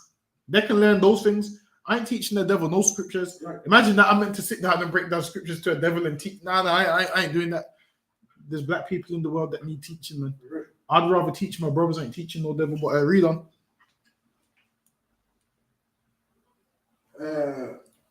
And there was a famine in the land. Actually, drop that. Take me back to Romans 9 now.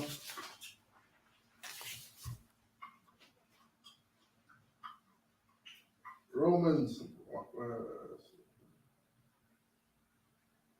I think it was 9 and about 11. Was it 11? Romans chapter 9 and verse 11. For the children being not yet born, neither having done any good or evil, that the purpose of God according to election might stand, Go ahead. not of works, but of him that calleth. Go ahead. It was said unto her, the elder shall serve the younger. And it was said unto her, the elder shall serve the younger. The elder was Esau, because he came out first. Go ahead. As it is written, Jacob have I loved. As it is written, Jacob have I loved. So the Lord saying, Jacob have I loved. Where is it written? It's written in the book of Malachi, man. Right. Jacob have I loved. Now, go to the book of Malachi. I believe it's the last chapter 4, and it might be Malachi chapter 4 and verse 1, I believe. So hold Romans 9 because we're going to come back there. It says, Jacob have I loved. So we're going to see where it was, where it's written. Malachi is right before Matthew. Malachi chapter 4. Verse 1. Is that the right one?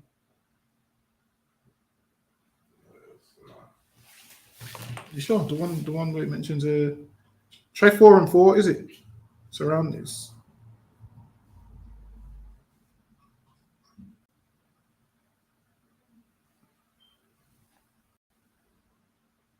No, it's not the one. Hold on. Malachi chapter 1 and verse 2. I have loved you, saith the Lord. Yet ye say, wherein hast thou loved us? Go ahead. Was not Esau Jacob's brother, saith the Lord? Yet I loved Jacob, and I hated Esau. And what? And I hated Esau. The Lord hates this devil, man. And this devil knows the Lord hates him. Right. So you trying to teach him anything makes no sense. How are you trying to teach a man who the Lord hates? The Lord said, I love Jacob and I hated Esau. Go ahead. And laid his mountains and his heritage waste. Meaning his heritage and his heritage and his inheritance He don't have none of that, man. Right. This man got no lands, no nothing. And what did he go and do? Went and slaughtered and murdered and took everybody else's land. This man's a crybaby. When he don't get his own way, what does he do? Kills to get his own way. Right. So this man got no inheritance, no nothing. And what did he go and do? He got no land mass or nothing. What did he go and do? Went and killed and took everybody else's. Go ahead. For the dragons of the wilderness, whereas Edom said, we are impoverished, but we will return and build the desolate places. And they're saying we're going to return and build the desolate places. They think they're God themselves. They think, you know what? Nobody can bring us down, man. They think we're going to build all over the earth. We're going to build these skyscraper buildings and nobody can stop us, man. And we're getting bigger and better and we are God. That's how they look at life. Go ahead. Thus saith the Lord of hosts, they shall build. They shall what? They shall build. Let them build, man. Let them have all their buildings. Go ahead. But I will throw down. And they're going to build and the Lord's going to throw it down, man. These terrorists, listen, man. They're going to start blowing up their buildings and all of these things. World War III is going to happen. All their buildings is going to go be brought down to rubble. All the stuff that they love so much, all their tanks, their planes is all going to be destroyed and brought down to nothing, man. Let them build, man. They think, yeah, we this superpower and with this and with that. It's all going to be brought down to nothing. Go ahead. The border of wickedness. And they shall what? They shall call them the border of wickedness. And you see if wickedness had a measuring stick, you would measure it by this man. You see how wicked someone can be, you would measure it by this man. Right. Like this man is wicked as wicked could be. Right. If you could measure wickedness, you'd measure it by this oppressor, man. That's right. That's what wickedness is measured by, this oppressor. They shall be called the border of wickedness, man. And that's what they are. Go ahead. And the people against whom the Lord have indignation. And the what? The people whom, Salakia, the people against whom the Lord have indignation forever. And the Lord has beef with these forever, man. That's The right. Lord has beef with them forever. Right. And it's not like beef where they can fight back. It's more the Lord's going to deal with them when he's ready to deal with them, man. That's right. They can't fight against the Lord. These people, the Lord has indignation with forever. So you trying to teach them, you're wasting your time. How are you going to teach a man who the Lord hates? It makes no sense, man. Right. You're trying to teach this man, and the Lord said he's got indignation with him forever. Right. And that's written up in the Bible. And that's what Paul was quoting where he said, as it is written. Take me back to Romans 9. Romans chapter 9 and verse 12, 13. As it is written, Jacob have I loved, but Esau have I hated. As it is written, Jacob have I loved, but Esau have I hated. Go ahead. What shall we say then? Is there unrighteousness with God? Because we know what you're going to say. Christians say, how can God hate? That's unrighteous if God hates. So he says, what shall we say then? Is the unrighteousness with God? Why? Because there's always somebody that wants to save their oppressor, man. Right. There's always somebody that wants to say it's not fair for him. How can God hate him? How can God hate them? Maybe God just hated that one man, Esau. How can God hate them as a nation? Read on. So now they're asking, is the unrighteousness with God? Go ahead. God forbid. Meaning, how no, man? Meaning God can love who he wants to love, and God can hate who he wants to hate, man. And it's his choice, man. It's his choice. Right. The thing is this, with your choice, you choose to love white people with your choice. That's Right. the difference.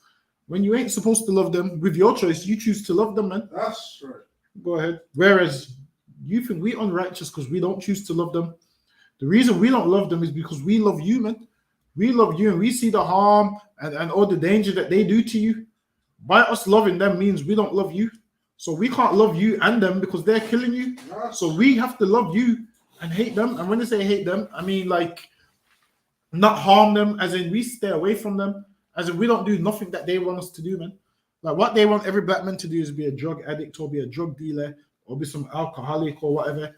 We don't do what they want us to do. right. We do what the Lord wants us to do, man. That's right. Like we ain't programmed by them and their religions and their philosophies and them trying to tell us what life should be.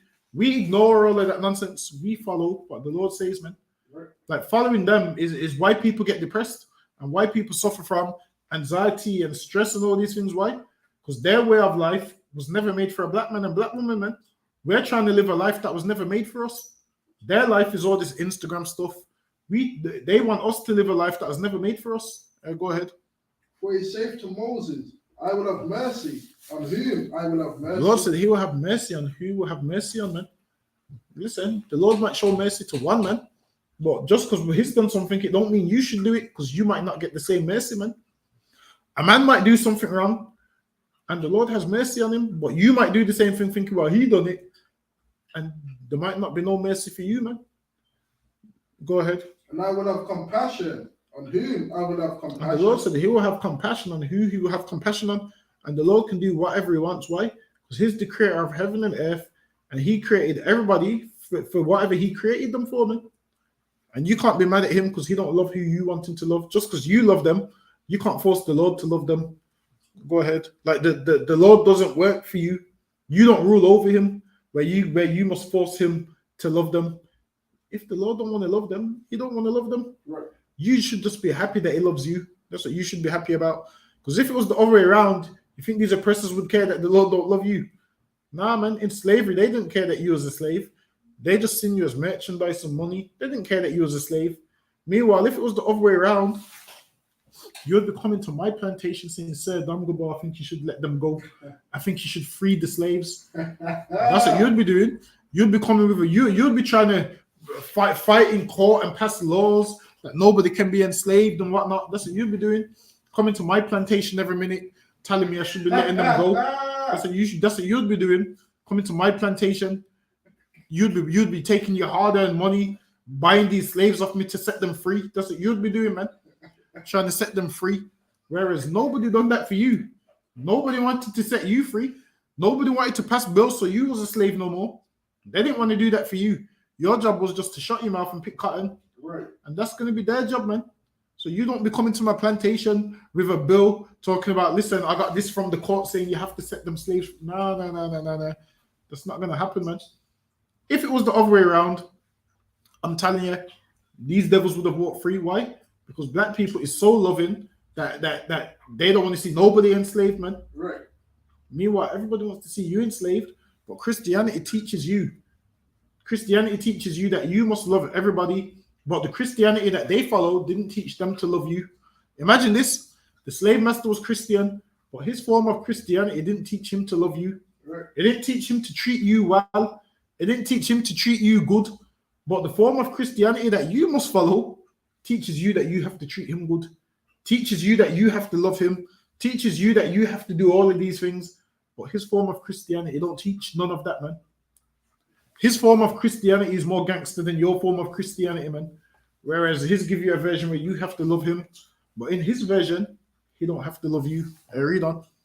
So then it is not of him that willeth, nor of him that runneth, but of God that sheweth mercy. Go ahead. For the scripture saith unto Pharaoh, even for this same purpose have I raised thee up. And the scripture said to Pharaoh, even for the same purpose have I raised you up. Like the Lord raised up Pharaoh, made Pharaoh live a great life, made Pharaoh become rich and wealthy, raised him up, made him be the number one superpower on the face of the earth, had everyone afraid of him. The Lord raised him up, so when the Lord brings him down, everyone would be afraid of the Lord, man. The Lord raised him up and showed how easy it is to bring him down, man. So people would see the Lord's power and say, I should serve that God, man. We should serve our God. Because look how Pharaoh ruled over us. Look how we were scared to death of Pharaoh. Look how Pharaoh had tanks and all of these things. And our God brought him down. We should serve our God, man. Because the number one superpower was destroyed by our God. That should have made us say, I'm going to serve our God, man. Because he's stronger than Pharaoh and all the Pharaoh's men that he drowned them in the Red Sea. That should have made us say we're going to serve the Lord. But instead, it didn't make us do that. We went and made a golden calf. I said, we're going to serve whatever the hell we want to serve. Go ahead.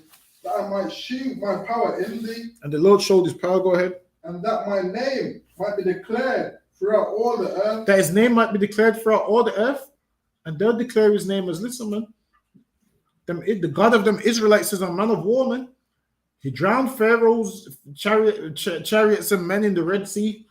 He struck them with all these plagues and all these things, all these sicknesses.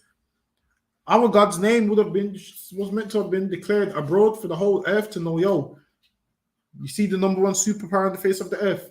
It was destroyed by the God of the Israelites, man. Maybe we shouldn't mess with them Israelites because their God is powerful, man. Right. Did you see what he done to the number one superpower on the earth? Egypt, who's been taxing us and bullying us and doing this, and no one could step to them because of their tanks and their military. And they had these people in slavery, man. And these people were small time with no weapons, with no freedom. What their God fought for them and destroyed the number super one power on the face of the earth. That's right. That's what was meant to be noised abroad. But what did we do? We went and messed up, wanted to go give the Lord's glory to everything, man. Wanted to go give it to a golden calf, wanted to go give it to the moon, the sun, wanted to go give his power to everybody, man. So much that the Lord had to say, I'm going to put these niggas back in slavery, man. And then here we are in England, man. Here we are in England where it rains and it's cold. What month is it, May? And it's freezing cold, man. Right. In May, and we're sitting down with the heating on in May, man. Right. That's where we are now in slavery, man. Go ahead. So therefore, have he mercy on whom he will have mercy, and whom he will harden. And the Lord hardened Pharaoh's heart, man. I mean, he didn't allow Pharaoh to listen. And you trying to teach this white man, his heart has been hardened, man. You're thinking he's gonna accept what you're trying to teach him. It's not gonna work, man. His heart has been hardened, man. You trying to teach a man whose heart's been hardened? His heart, he can't listen. You ain't gonna soften this man's heart. You thinking, this devil's been the devil for all these years, and now in 2022, after all these years of killing, after all these years of slaughter and murder, I'm gonna soften his heart. That's what you think. You ain't gonna soften his heart, man. That's right. Go ahead. Thou wilt say unto me then, why doth he yet find fault? For who have resisted his will? For who have resisted his will? No one can resist the will of the Lord, man. Go ahead. Nay, but, O man, who art thou that repliest against God? Shall the thing formed say to him that formed it, why hast thou made me thus? Listen, man. The thing that God formed, that he formed, can't say to him, why have you made me this? The Lord created you for whatever he created you for, man. Listen, it's like there's a pot that you put good food in, and there's a pot that you piss in, man. The pot that you piss in can't complain and say, yo, why am I the pot that everyone pisses in? That's your purpose, man. That's the pot that you've been created for, man. There's one pot you put your mutton in, you put your mutton in, and you season all your food, and it's a nice pot that goes in the kitchen, in the cupboard. You wash it out and you dry it and put it nicely on the rack. That's one pot. And there's another pot that you piss in and just throw the piss out the window, man. There's two pots. The pot that people urinate in can't say, why have you made me thus? You was made for that purpose, man. Go ahead. Nay, but, O man, who art thou to reply against God? And who art thou that replies against God, man? You're trying to reply to God saying, yo, why you created these people if you hate them? Listen, man, the Lord can create whatever he wants, man. Go ahead. Shall the thing formed say to him that formed it, why hast thou made me thus? Go ahead. Have not the pot of power over the clay? Have not the what? The pot of power over the clay. And the Lord can create a race of people just to hate them, man. Right. He can create a race of people just to destroy them. That's right. Because he has power over the clay. It's like me making a clay cup. I can make that clay cup just to throw it out the window and watch it break. Right. I've got the right to do that, man. Because I have power over the clay. And the Lord has power over all of us. The Lord has power over all his creation, man. He creates it for a reason, man. Go ahead. Of the same lump to make one vessel unto honor. And of the same lump, the Lord can make one vessel to honor. Go ahead. And another unto this. And another unto dishonor. And of that same lump, the Lord can make one vessel to honor and one vessel to dishonor. And luckily for us, the Lord made us the vessel to honor. That's right. And these oppressors the vessel to dishonor. Right. And if it was the other way around, they wouldn't be fighting for you. They wouldn't be fighting for you if it was the other way around. Go ahead.